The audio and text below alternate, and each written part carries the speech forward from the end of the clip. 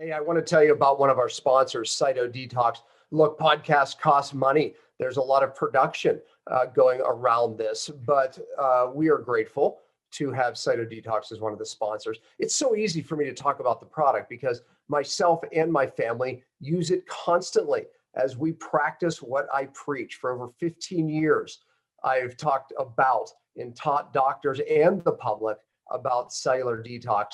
And I'll tell you, Cyto was a breakthrough. Cyto was a breakthrough for us. And it's changed so many lives. So we're grateful that they sponsor Cellular Healing TV. It makes sense, doesn't it? They should. If you're listening to this podcast and want to access the amazing Cytodetox product Dr. Pompa just mentioned, please visit detoxoffer.com. Again, that's detoxoffer.com.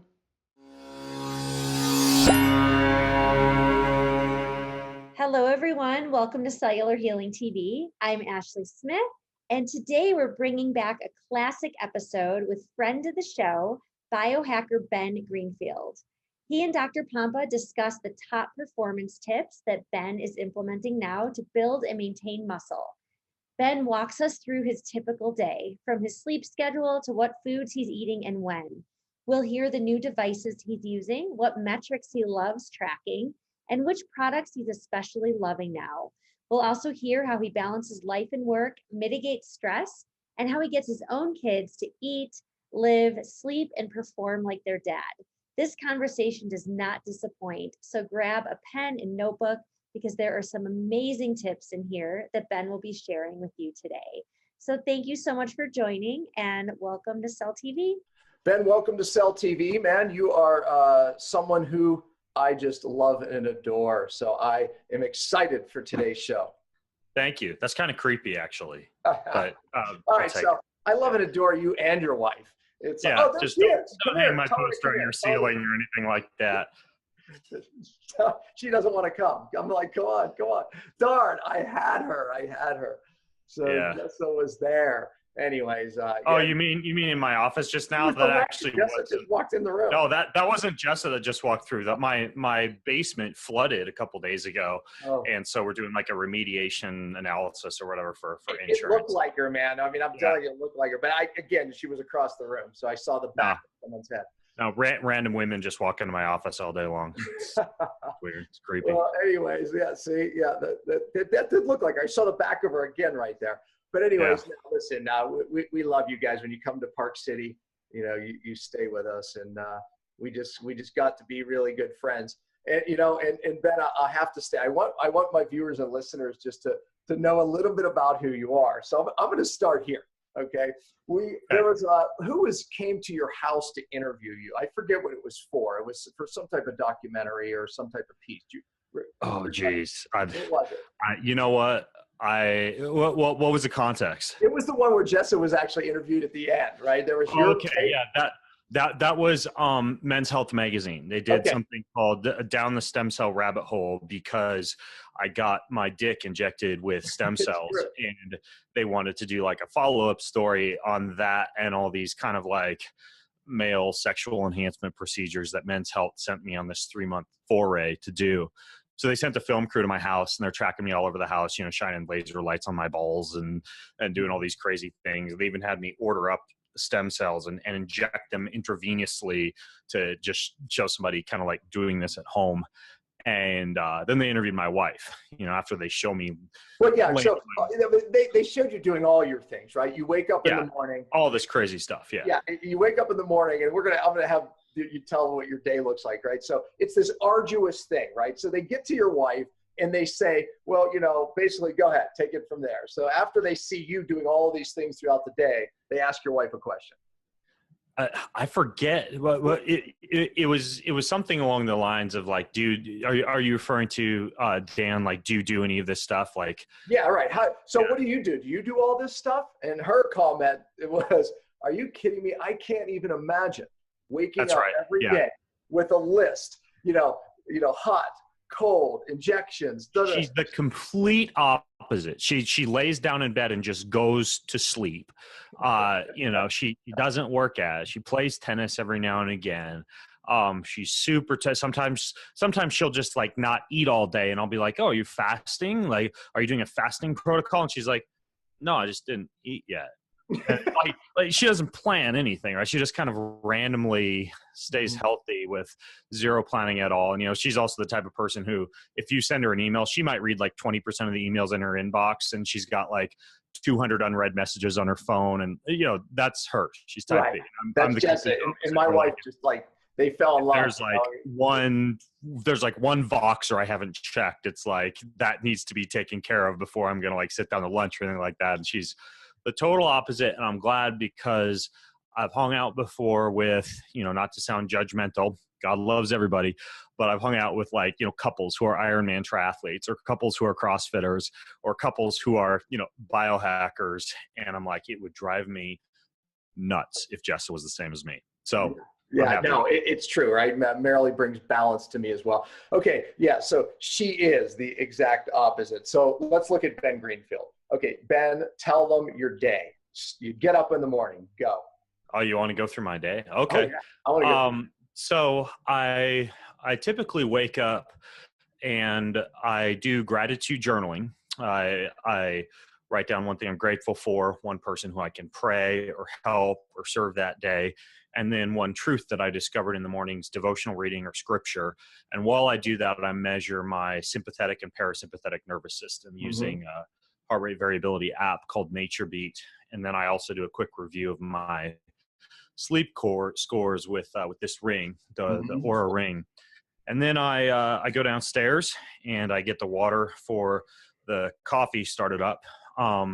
Typically I turn off all my sleep stuff. So I sleep on a body balance or a biobalance PEMF mat, which is covered with a chili pad, which actually seems to increase the strength of that pulsed electromagnetic field. And then I turn off my essential oil diffuser because I diffuse lavender while I'm asleep. And what are you diffusing right there? You're diffusing something right now. Oh, you can see it? Yeah. This one is, that's rosemary. Okay. I keep rosemary, peppermint, and cinnamon as the three primary essential oils in my office. But I have this assistant who lives in my house and just kind of helps out with lots of stuff. And I just have her surprise me. I tell her, hey, the only rule is keep them full, but the bedroom has to have the relaxing ones, and the office has to have the stimulating ones. So anyways, then I turn off the binaural beats because I use binaural beats while I'm asleep as well. And once I shut down all that stuff, I get out of bed, I head downstairs, and while the coffee water is on, I do about 15 minutes of self-care. So it gives me a lot of momentum going into the day, and I kind of live the day in a state of low-level physical activity. And I like to just start off by stretching everything out, foam rolling anything that's sore. Sometimes I hang from a yoga trapeze or an inversion table. I have like a Pedicon neck traction device. So I've seen you doing coffee enemas upside down from your trapeze. I mean, Yeah. That's actually with the trapeze. Usually if you see me hanging from the trapeze, it's a probiotic enema. So I do a probiotic enema about once a month. I do a coffee enema once a week, but that probiotic enema kind of seeds the colon better if you hang upside down for a while, whereas the coffee enema is better just laying on your right side for about 20 minutes or so. Stop right there. Where can people find these? Because people are going, I want to do that. I want to do that. Where do they find that stuff, Ben? Honestly, I blog about it pretty intensively over at bengreenfieldfitness.com. So there you go, bengreenfieldfitness.com. Yes. Okay, continue. Yeah. So the morning routine, as you've just alluded to, kind of varies because there are like every Wednesday morning, for example, rather than doing the foam rolling or the self body care and massage, I instead do rebounding and a bunch of charcoal and coffee enema and then a sauna, right? So I have like a weekly kind of like mini detox that I do all year long to kind of clean up the body. And you use Cytodetox. You use Cytodetox as well. Yeah, I use Cytodetox, but I space that from the charcoal. So on a morning like that, I'll get up, take Cytodetox, and then it'll be like an hour and a half or so. Then I take the charcoal as a binder, and then I go and do a coffee enema. and then I'll go in the sauna after that. That's how a typical like detox morning would look like for me. And I'm not completely unproductive during that time. If I'm laying on my right side doing a coffee enema, I'll be, dicking around my phone, replying to emails, or doing as I try and stay productive when I do this stuff. Anyways, though, so I do I do all the self body care while the coffee's on, and then I grab my coffee. I go down to my office and I spend about the first 20 to 30 minutes of my day writing, because for me as an author, and I say author because I sometimes feel like a true author should be writing all day. And instead for me, it's like I write for 20 to 30 minutes a day because that's all the time I have by the time I've got podcasts and travel and speaking and everything else going on. So while I'm writing, I'll typically have this on doing photo biomodulation. That's the Juve light, which I've done shows on, but why do you do that? Tell them why you do that. Red and near infrared light for activation of the cytochrome C oxidase in mitochondria, for release of nitric oxide, for a little bit of collagen and skin health. I even, like I alluded to earlier, I pull down my pants and I shine on my testicles to activate the Leydig cells in the testes. I did it this morning. I did it this morning. For testosterone, it's really good for that. So I also, while I am in my office in the morning, because I travel pretty intensively, I usually will also use light therapy. Like I'll put in the human charger. I'll put on glasses like this, like the retimer glasses that you can flip on and kind of shine green, blue light at the eyes. Mm-hmm. And then I also have something called a Vi-Light, which is kind of more targeted photo biomodulation. It looks like this. It's like a light panel for your skull. And I'll wear that about every 48 hours. Interview, Men's Health thing, the piece they did, you had that on your head, you were on the bike. Yeah. So I do a lot of light therapy while I'm drinking my coffee and while I'm writing. The other thing that I'll use, and you can't see it here, but I have something called a Nano V next to my desk here. And it's like a tube. I could probably get the tube up here so you can at least see that. It's basically like a nasal cannula. Right. And this generates a small amount of reactive oxygen species. And what that does is it's like mild hormesis. It enhances cellular resilience, steps up DNA repair a little bit, and I'll often have that in the morning as well. So I just kind of hook myself up to a bunch of stuff. Just in a very quick, brief thing, why do you do all this light therapy? Like, what are you had to say, here's some quick benefits. Yeah, mitochondrial health, nitric oxide release, activation of cytochrome C oxidase, which is basically related to mitochondrial health, collagen, skin, blood flow to the brain. There's some effect on thyroid tissue. There's even some effect on maintenance of muscle, some effect on lipolysis. There's like a mild detoxification effect as tissue is heated. There's just a variety of benefits, and I just can't go out in the sunshine to work on my computer and write and stuff in the morning. And honestly, the thing about red and near infrared light and some of these more targeted forms of photobiomodulation is you're really taking a lot of the positive aspects of sunlight that you'd be looking for anyways if you were to go out in the sun, and you're concentrating them in higher doses so that you're getting more of that in a shorter period of time. So it would be, there's a lot of things I don't consider to be biohacking. Like I don't consider like putting butter in your smoothie, or let's say what would be another example of or taking ketones or something like that to be a biohack. I consider that to be just like cooking and eating. But I do consider anything that like shortcuts a natural biological reaction that you're going after to be a biohack. So like photobiomodulation I would consider to be basically morning biohacking. So that's if about one of all the light things that you use that our viewers, you would think that everyone would benefit from. Which one would it be? It depends, but I would say if you're somebody who's on the go a lot, I would just get like a Juve Mini, because you can travel with it. You get red light, you get near infrared light. The Vi-Light, the one for your head, I like, but it doesn't really target the rest of the body at all. Whereas the Juve Mini, you could use that on your genitals, you could use it on your face, you could use it on your eyes. It's great for the retina. So there's a lot of benefits, and it's portable. My kids have. Actually, we'll make sure, folks, we put that in the show notes that you can access one of those, what Ben's talking about. Yeah, my kids have the Juve Mini up in their bedroom. That's kind of cute. They have a mini biomat and a mini Juve. So they get a bunch of infrared, they get a bunch of negative ions, they get their near infrared and red light. So they're kind of on board with a lot of this stuff that I do as well. They have their little essential oil diffuser. So Yeah, that's great. They're healthy young kids. They sleep amazingly, and they have really good scores at school, and they're just really emotionally stable. And I think part of it is because they have good mitochondrial health, and they take care of their brain and their bodies. So, well, and the way they eat. I mean, you all practice what you preach, just like Marilee and I.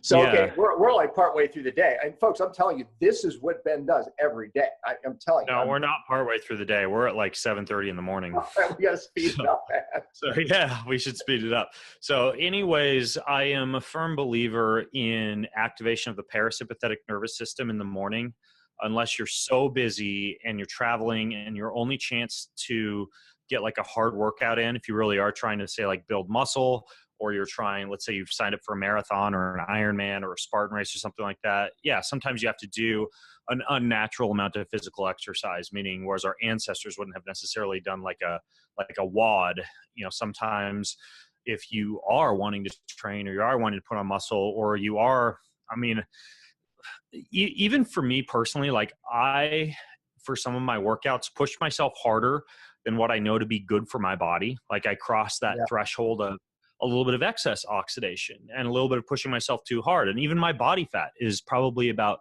3 to 5% lower than what I consider to be naturally healthy for ultimate fertility and longevity and cell membrane health, et cetera. However, I also understand that in the industry that I'm in the health and fitness and nutrition industry, a lot of times you are judged by how you look with your shirt off. Absolutely. Or how fast you go in a Spartan race or something like that. So I actually, I do a hard workout typically at the end of the day, and I don't think that's necessary for health. I think that's more of like either performance thing, or if you're like me and kind of part of your paycheck depends on just like, and I don't want to sound like narcissistic or something, but like ripping your shirt off for a photo shoot or something like that. Like I actually have to kind of maintain muscle. Yeah, I mean, my world. It's kind of my it's kind of my shtick, right? I still operate in an environment where I'm judged by my body, and so I accept that, and I still kind of push myself with a hard workout. But I don't do that at the beginning of the day. Typically, I do something easy at the beginning of the day because you already have a natural cortisol release. Coffee amps that up even more. So typically for me, I will do a sauna, a walk in the sunshine. I love cold water swims, and we live near the Spokane River. Sometimes I'll go down there and toss the paddleboard in the water for about 20 minutes, then jump in and just tread water in the cold for 5-10 minutes. So I kind of like to ease into the day with physical activity, and that's typically after I've had my coffee and kind of done my writing and my light therapy. After I've taken my morning dump, and then I go off and I do about 20 to 30 minutes of light physical activity. And at that point, I start my day, meaning that I really jump into work intensively. I'm a firm believer in this idea of deep work and the concept that you can typically engage in about 4 to 5 hours of deep focused work each day. So from about 9:30 or 10 a.m. until about 2 p.m. I work really hard. I'll do interviews like we're doing right now. I do a lot of podcasts. I do a lot of additional writing, typically not in my book, which is all the morning stuff, but like articles, anything that involves deep focused work. I save a lot of my email responses and stuff like that for my more reactive time, which is typically the afternoon or the early evening. I do the same thing. Yeah. So I do deep work. And if I've had a very physically active evening the night prior, or meaning I've done like a hard workout, like a glycogen depleting weight training workout the night prior, or I have already anticipated a very busy day and I've done a hard workout that morning, I'll have breakfast. And typically for me, it's just like a smoothie. I eat low to no carbohydrate. Otherwise you fast, you intermittent fast. I fast, or I do like I do right now, typically a little bit of ketones, ketone salts or ketone esters, and amino acids. Like 9 times out of 10, if I'm not eating breakfast like I didn't do this morning, I will just be on amino acids and ketones. Yeah, because and that me, allows again, me. we have different goals. You live in the fitness world. Me, I don't do amino acids because I want to keep my autophagy maximized. And there's a room for both. Right. Because we're going to And talk about I've tried both, and I can do fine with just like water and minerals for morning fast. But what happens is once I do jump in to that hard workout, because I'm still training and racing as a professional athlete, for me to throw down a workout, which is typically going to occur between about 5 and 7 p.m. or so in the later afternoon or the early evening, if I completely skip breakfast, even if I've had lunch, that workout is not as good. My performance is not as good later on in the day. It does take about 8 hours or so for some glycogen restoration to occur, for restoration of things like acetylcholine and some neurotransmitters that get exhausted during exercise to replenish, for ATP to replenish, for creatine phosphate to replenish. And hard charging athletes who skip breakfast but don't perhaps replace some of the precursors that they need for exercise in the morning tend to not have as good of a workout. The demands, when you train at the level you train at, the demands are so high. Right, it's abnormal. Therefore, you need more of these precursors. So I agree. Hence why I'll at least use amino acids and ketones. So I work all day, then typically around 2, take a break, have some lunch. For me, it's usually like a big salad. While I'm working, I'm doing things like you're seeing me do now, walking on my treadmill, doing dictation.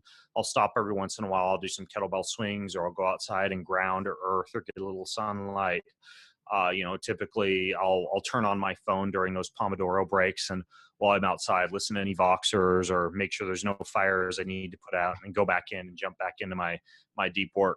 And after I have lunch, I take a nap. I'm a big believer in naps, especially for athletes. It almost like gives me 2 days. Like I wake up and I'm just ready to charge into this extra day I've created for myself, versus kind of slogging through the latter half of the day, a little bit depleted from all that hard work I did in the morning. So I take a nap. Typically I take a nap on a biomat. So I'm getting a little bit more infrared and some negative ions from the amethyst and the tourmaline crystals that are in the biomat. And I wear these Normatec gradated compression boots that basically compress your legs. They're amazing. They are. And I pull those on, I put on some essential oil, and I just crash out for like 20 to 45 minutes. Really helpful. Occasionally I'll use audio visual entrainment. For example, I have like a Mind Alive David D. Light Pro that you can use to kind of lull yourself into a pretty deep state of delta relaxation. And I find that enhances the nap even more. It even has like cranial electrical stimulation on it that will allow for a little decrease in cortisol. There's another similar device. Nap in the afternoon. Like sometimes I'll even just lay in my bed and fall completely asleep, putting myself in that sympathetic mode. I play the Whole Tunes. Whole Tunes by Michael Tyrell. Those are amazing. As a matter of fact, I did a show on. I interviewed him. Ashley, my team will put that up, folks. But it does what you're saying. I mean, it just puts you in that delta deep sleep. You can get 15, 20 minutes, and you play the whole tones, and you can watch that show. Wednesdays are my big kind of like self-love day. So I start off the day with that detoxification protocol that I talked about. I skip my nap on Wednesdays for this reason. It's related to this whole tones thing, because at about 8:30 on Wednesday nights, I have a massage therapist come over to my house, and I lay on this giant pulsed electromagnetic field mat made by a company called Pulse Centers that I keep in my basement. And it's sandwiched on either side by these speakers. So I blast myself with sound therapy using usually Michael Tyrell's Whole Tones or his Love, Life, and Lullabies tracks, and do the PEMF, and she works on me. And it's just like a full body reboot between that and the morning, like sauna, enema routine. Wednesdays is just like I push the reboot button on the body every single Wednesday.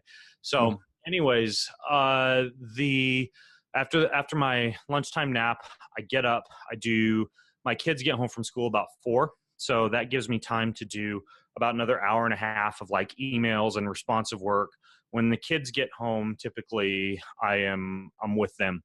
And I'm a firm believer in this idea that even though it can be smart to outsource your child's education to people who can do a better job at teaching them specific skills than you might be able to. And I also think that at school, they can learn how to play well with others. They can learn how to do well in group environments. They can learn to cooperate. I was homeschooled K through 12.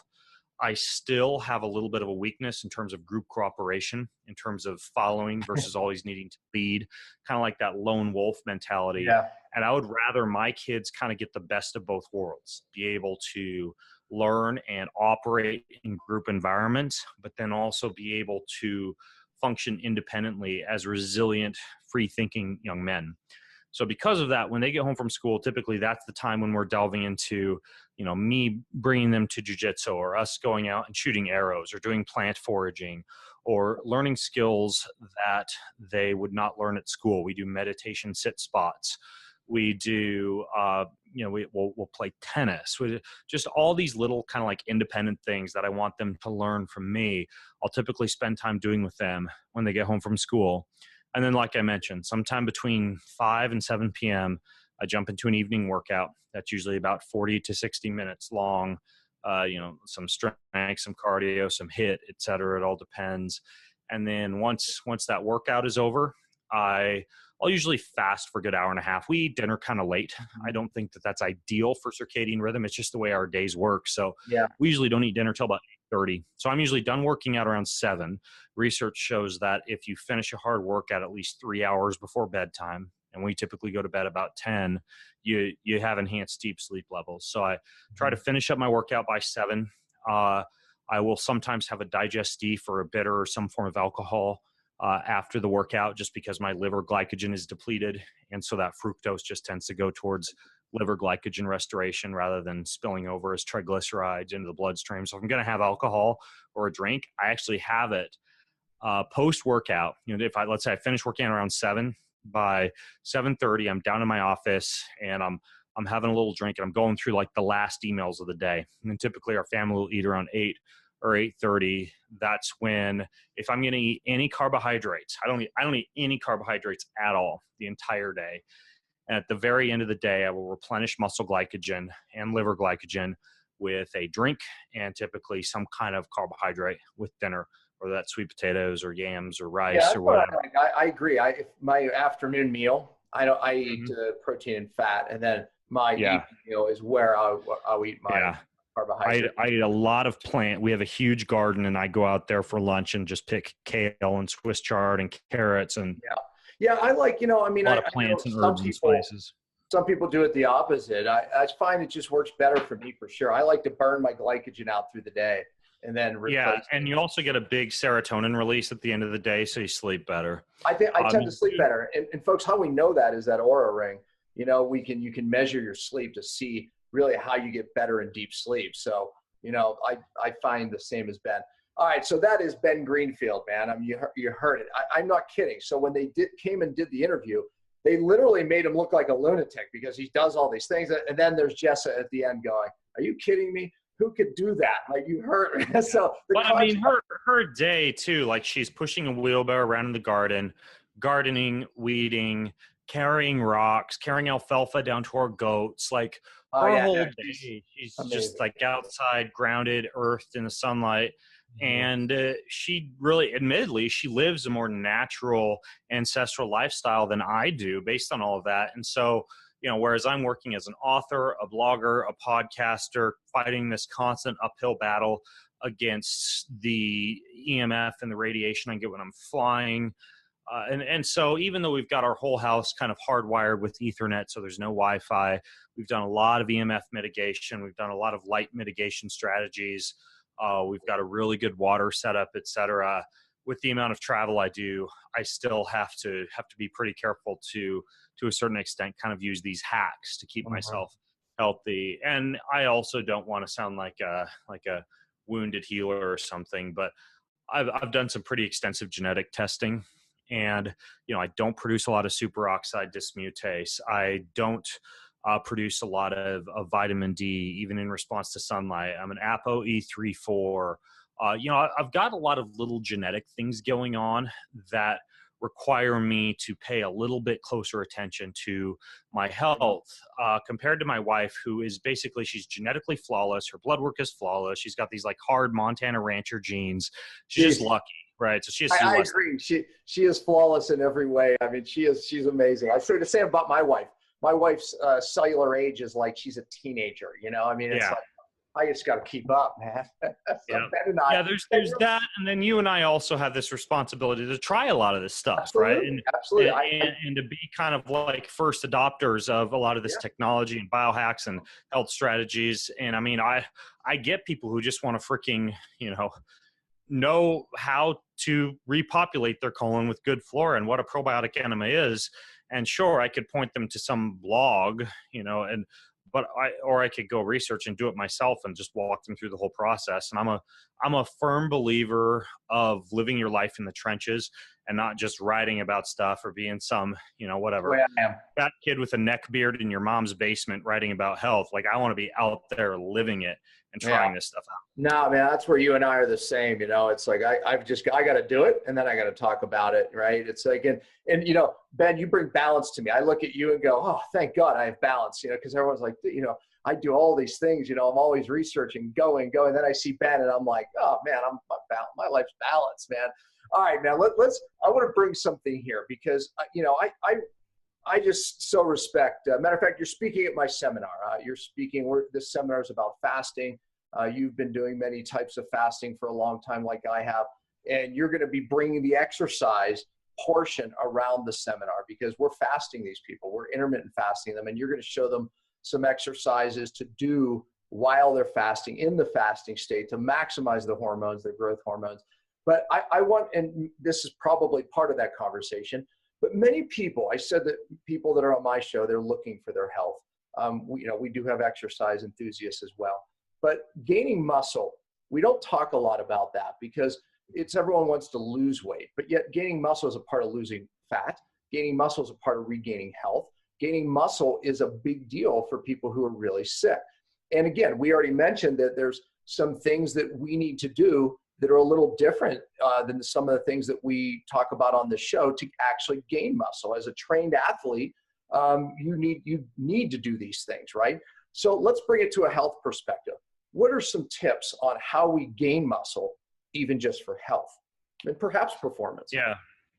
And the caveat here is that we know that muscle takes energy to carry. It takes energy to cool. It requires a higher amount of endogenous antioxidant production. And even when present in large amounts, especially in people like bodybuilders, is associated with things like cardiomegaly or left ventricular hypertrophy or health issues that basically can decrease both the quality and the quantity of life. So getting more muscle is not the goal, but most of the research studies that are good that look on muscle primarily focus on the quality of the muscle, meaning the power to mass ratio, the mitochondrial density of the muscle, the functional capacity of the muscle. So the idea is not to build more muscle per se, just have added bulk, but rather to maintain muscle quality. And then also there are certain things that are directly correlated with longevity, such as grip strength is a perfect example. The amount of weight that you can deadlift with a hex bar is another one that's a good example of a marker of longevity. So there are certain things that you can certainly track versus just like, I want to put on as much muscle as possible. I mean, look at me, like I'm not a big old muscular guy, but every shred of muscle that I have is very functional because that's the way that I train. I mean, folks, if you looked at Ben and I, right, it's like we're lean, but our muscle is like rock hard when you touch us, right? Unlike the hypertrophy, we're not talking about the bodybuilder. Hypertrophy is not normal, and it's not the same type of muscle, right? So this is what we're talking about. Which I used to do, by the way. I used to weigh 215 pounds. To put that in perspective for you, I'm 175 pounds now. I was 215 pounds, 3% body fat. Right now I'm 175 pounds, about 7 to 8% body fat. But that was because I was a competitive bodybuilder. And I would eat anywhere from 6,000 to 8,000 calories a day. I would spend about 2 hours a day in the gym doing a lot of different types of lifts. And by the way, folks, you will die early putting that many calories in, that much protein in. Yeah. kind of funny. You'd go to these bodybuilding shows and people look like Adonises from a distance. Then you get up close and they're just inflammatory firestorms, and they look like the grandma from Something About Mary as far as their skin quality. And you hop on an elevator in these Vegas bodybuilding shows, and the elevator just smells like ass because everybody's just chock full of whey protein and energy bars and have all this fermentation and SIBO, and it's nasty, nasty. Fast track to an early death, even though you might look good with your shirt off. Anyways, though, so as far as building and or maintaining muscle, there is this concept of the minimal effective dose of exercise. And I'm a big fan of that, especially for people who aren't trying to put on muscle or maintain muscle for the purposes of athletic competition, but instead for the purposes of health and longevity. So some of the programs that I really like for this, number one would be this concept of super slow training.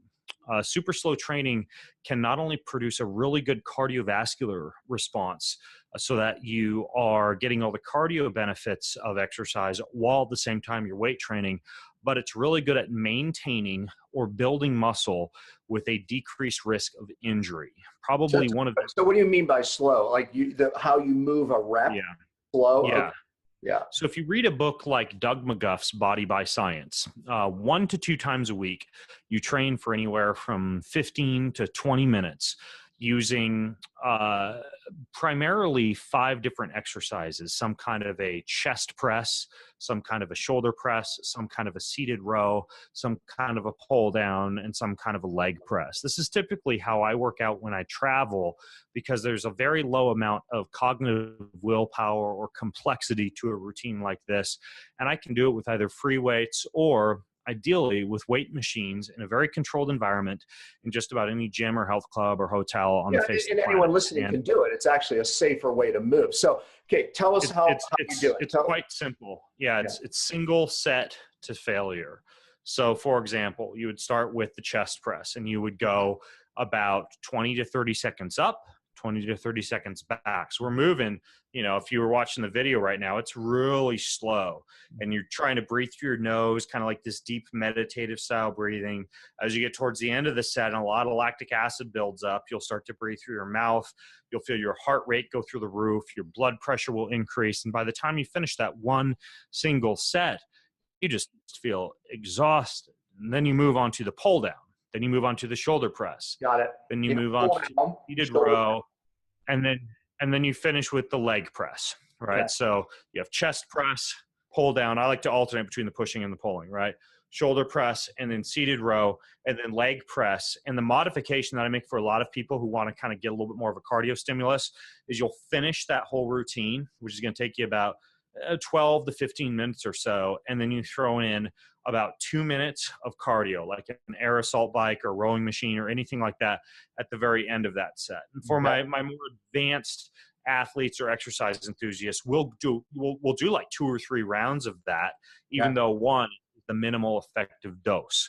So that type of routine, even if just done twice a week, is fantastic for maintaining strength. I love that, because people listening, it's like they don't have time, right? And that would literally take 15 minutes, 10 minutes to do, right? I mean, yeah, it's super quick. And you can also purchase exercise equipment for your home that makes this really easy. For example, there's a guy named John Jaquish that makes the X3 bar, which are really high quality elastic bands, a very short bar that acts similar to like an Olympic weightlifting bar, and a little platform. And you can simulate all these different weight training machines, but these elastic bands can be set at a pretty high intensity, so that you're simulating hundreds of pounds with an elastic band. There are also more advanced devices that are more expensive, but that have machines that kind of walk you through this. ARX Fit is an example of a company that makes these machines where it will kind of walk you through the super slow routine. And even as you're like, if you do a chest press and you press out really slow, rather than you just bringing the weight back really slow, it pushes back against you. Right. So there are all sorts of ways to kind of hack this, so to speak. How much are some of these home things? I mean, what do they cost? Oh, well, the X3 bar setup would be like $300 to $400. An ARX Fit, you're looking at $3 to $4 grand. So it kind of depends on what you want. Ultimately, though, the only thing that, in my opinion, you miss out on when you're doing a routine like that is something that has been shown to increase longevity and to increase muscle quality. And that would be the whole like explosive, powerful type of movement. And it's my opinion that to maintain good functional fitness into your later years of life, especially, you can't neglect occasionally moving quickly. Yeah. And honestly, like jumps, like where instead of going really slow in a squat, you're jumping. Hops, moving quickly, doing the movements more explosively. Right. And because of that, what I tend to do with the folks who I'm trying to give the minimal effective dose of exercise for maintaining or building muscle or increasing the quality of the muscle, we'll do a workout like the one that I've just described twice a week. For example, on a Monday and a Friday. But then 2 more times a week, like a Wednesday and a Saturday, we'll do something like the 7-minute New York Times workout, 1 or 2 times through. So we're talking about like 7 to 14 minutes. And that involves 14 different exercises, 30 seconds on, 10 seconds off. You could just Google 7-minute New York Times workout and you'd see it. There's good research behind it. And you're just going 30 seconds, as many push-ups as you can do, 10 seconds off. 30 seconds, as many bodyweight squats as you can do, 10 seconds off. 30 seconds, as many lunge jumps as you can do, 10 seconds off, so on and so forth. And that works really well for kind of maintaining a little bit more of the explosive aspects of the muscle. Now, when I'm working with someone, I also like to pull out some of the things that have been shown to maintain muscle without stressing the body quite as much. Perfect example of that is heat stress, right? Like most of the people I work with, I typically have in a sauna anywhere from 2 to 5 times a week, not only because of the fantastic effect that has on nitric oxide and blood flow and cardiovascular health, but also because of its ability to create a lot of these heat shock proteins and the type of cellular resilience that has been proven in research to allow for muscle maintenance, in addition to things like red blood cell production. And so that's very simple. It works better if you do it post-exercise. What I like about the sauna is if you're big into like reading, self-education, magazines, stuff like that, you can just save all that for the sauna. If you like a yoga practice or you like to meditate or you like to do holotropic breath work, I mean, anything, you can just step into a sauna and do it. I'm a big fan of like an infrared sauna just because it heats the tissue a little bit more thoroughly. You can get like lower EMF infrared saunas. You can also use a dry sauna at the gym. The steam sauna is just because you never know the source of the water. I'm a little bit more careful of. But ultimately, I think that a super slow routine combined with an explosive routine, and then you throw heat into the mix by frequently exposing yourself to the stressors of heat, that's a really good kind of 1, 2, 3 combo for muscle. Right. Like I mentioned, I'm also a big fan of cold, just because you get conversion of your white adipose tissue into brown fat. There's not a lot of evidence that it's going to help to build muscle, but it pairs really well and works perfectly with the scenario that I've just described.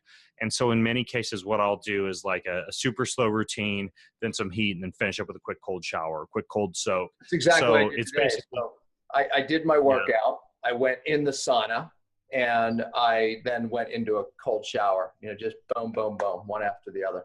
Right. And interestingly, if you fast for, we'll talk about this more at the conference, even just like fasting for, an hour or 2 hours post-workout, you get an increase in growth hormone. Absolutely. You get an increase in testosterone. You get a pretty good fat loss effect.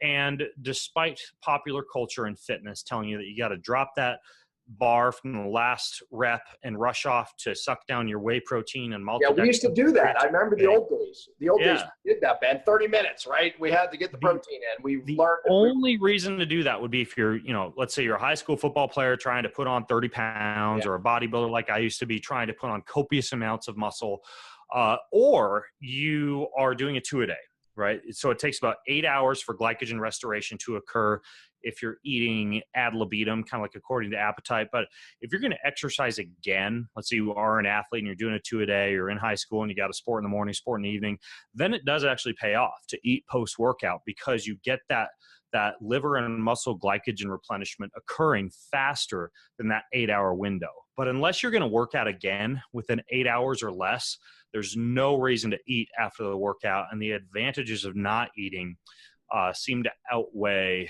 the advantages of like face stuffing post-workout. Yeah. Yeah. What about, amino acids? You mentioned them. I mean, that can be a big help for people who need to put on muscle and, promote yours. My kids take your amino acids.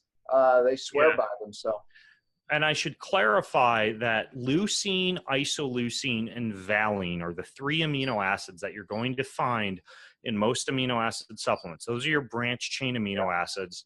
And unfortunately, and leucine in particular is a culprit for this, that can cause a high amount of glycemic variability and a larger release of insulin compared to what would be a more expensive solution, but a more anabolic solution, and also a solution that's less likely to spike blood glucose because the balance of the amino acids. And that would be essential amino acids, which contain 9 of the essential amino acids that the body can't make, including those branch chains, leucine, isoleucine, and valine, but combined with 6 other amino acids that allow. And that's what your product has that balance. You maintain an anabolic state without necessarily increasing blood glucose. So that's what I like, to maintain blood levels of amino acids if you're going to work out hard in a fasted state. The other cool thing is that when you have high blood levels of amino acids and you're doing a workout, especially a hard workout, those help to outcompete tryptophan from crossing the blood-brain barrier.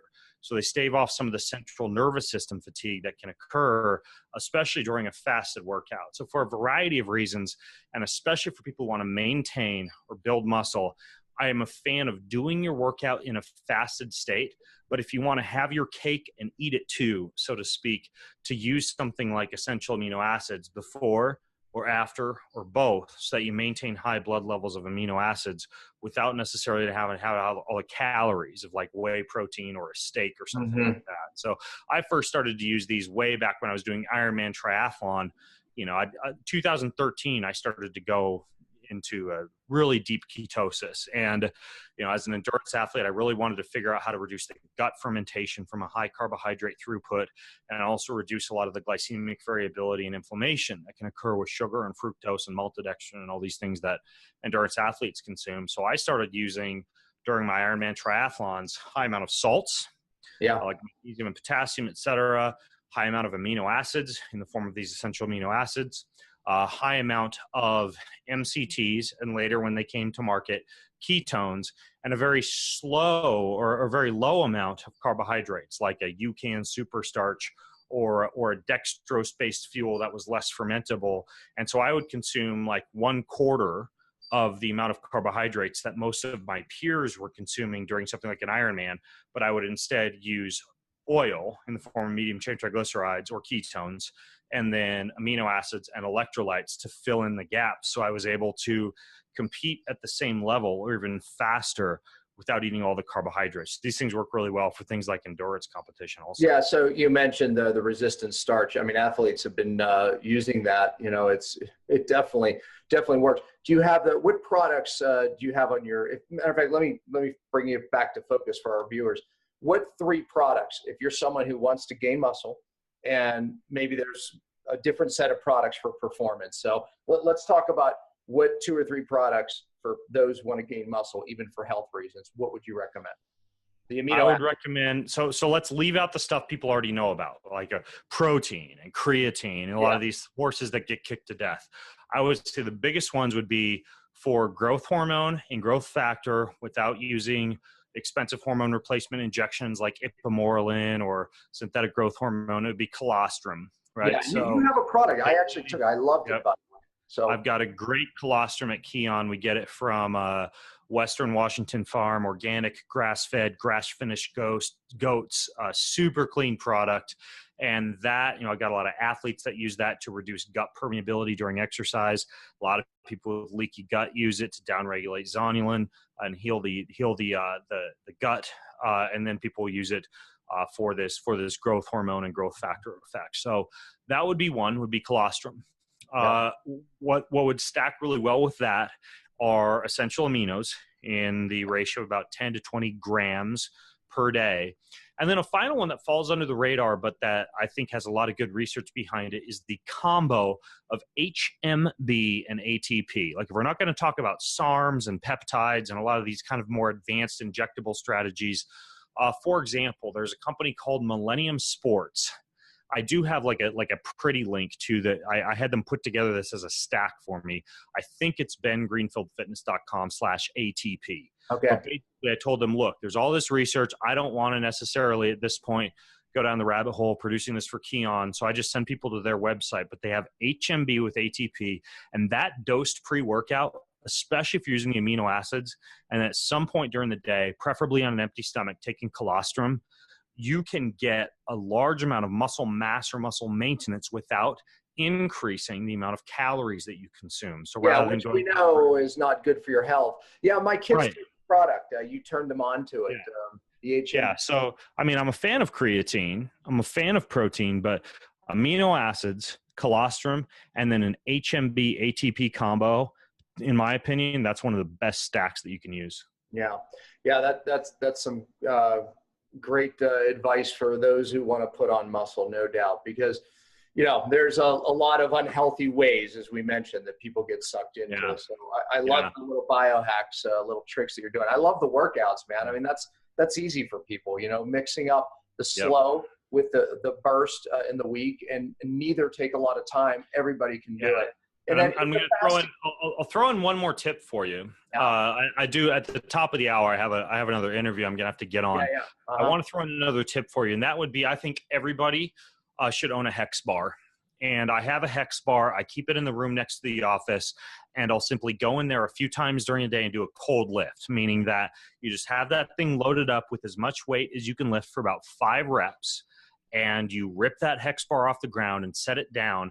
If you send your body a stimulus throughout the day, a few times during the day, that it has to lift something heavy, you can get an incredible amount of muscle maintenance or muscle building, even in the absence of like a formal structured workout. So this would be we're set up to do that, right? In nature, like our ancestors moving a heavy rock every now and again, right? But the hex bar allows you to do that, to protect the low back, to activate the glutes. It's a perfect addition to the toolbox of anybody who wants to maintain or build muscle. And it's so simple. You just get a hex bar, load it up with weight, you keep that bad boy in the garage or in the basement or wherever it happens to fit. It's got a pretty small footprint, and you just have a rule that 3 to 5 times a day, when you step over that thing, you're going to do 5 reps. Yeah, that's awesome. Well, Ben, thanks for the information, man. We love you, dude. We love you on this show, and go to bengreenfieldfitness.com and you can find those products that Ben discussed. So you write a great blog, man. You write a great article. People love following you. I think you have the #1 fitness blog in the country, if I'm not mistaken. Yeah, I try to write good stuff. The last article that came out this week was sunlight makes you skinny, blue light makes you fat. I think anybody who wants to hack light in their environment needs to go read that article. And I try to put out stuff like that that's helpful and that contains the type of information that a lot of fitness blogs aren't talking about. So bengreenfieldfitness.com is where I got that stuff. And then Kion, Kion. Dan can give you guys a link for that as where all my stuff. We'll put up those links for Ben and practitioners watching November 2nd through the 4th. I'll put in a video to watch if you want to know more about that. Ben's going to be on stage a lot because he is running. He's going to be teaching you some of these things and more at the seminar. So how to biohack your hormones, man. I mean, this is key in a fasting state, exercising. So you're going to see that at the seminar, practitioner. So watch the video. You'll get it on the link. Thanks, Ben. We'll see you on the next. Awesome. Thanks, Dan. Later, man. I want to give thanks to one of our sponsors, Cytodefend. Look, at a time like this, I think that our immune system and keeping our immune system up right now is more important than ever. I can also tell you that I pay attention to the things that keep my immune system on par and healthy. So glad that Cytodefend is one of our sponsors here on Cell TV. And it's a product that I use, my family uses, and hopefully you'll check it out. And by the way, you can check it out with the link right here below. If you want to try a free bottle, you can actually get a free bottle, just pay the shipping. And I think you'll reorder after that, but check it out. If you're listening to this podcast and want to access the amazing Cytodefend product Dr. Pompa just mentioned, please visit freeimmunity.com. Again, that's freeimmunity.com. Well, that's it for this week. The materials and content within this podcast are intended as general information only and are not to be considered a substitute for professional medical advice, diagnosis, or treatment. If you would like to purchase some of the supplements mentioned on this show, please visit the site as seen on CHTV.com and use the code CHTV15 for 15% off. Again, that's as seen on CHTV.com. Use the code CHTV15 for 15% off. And as always, thanks for listening.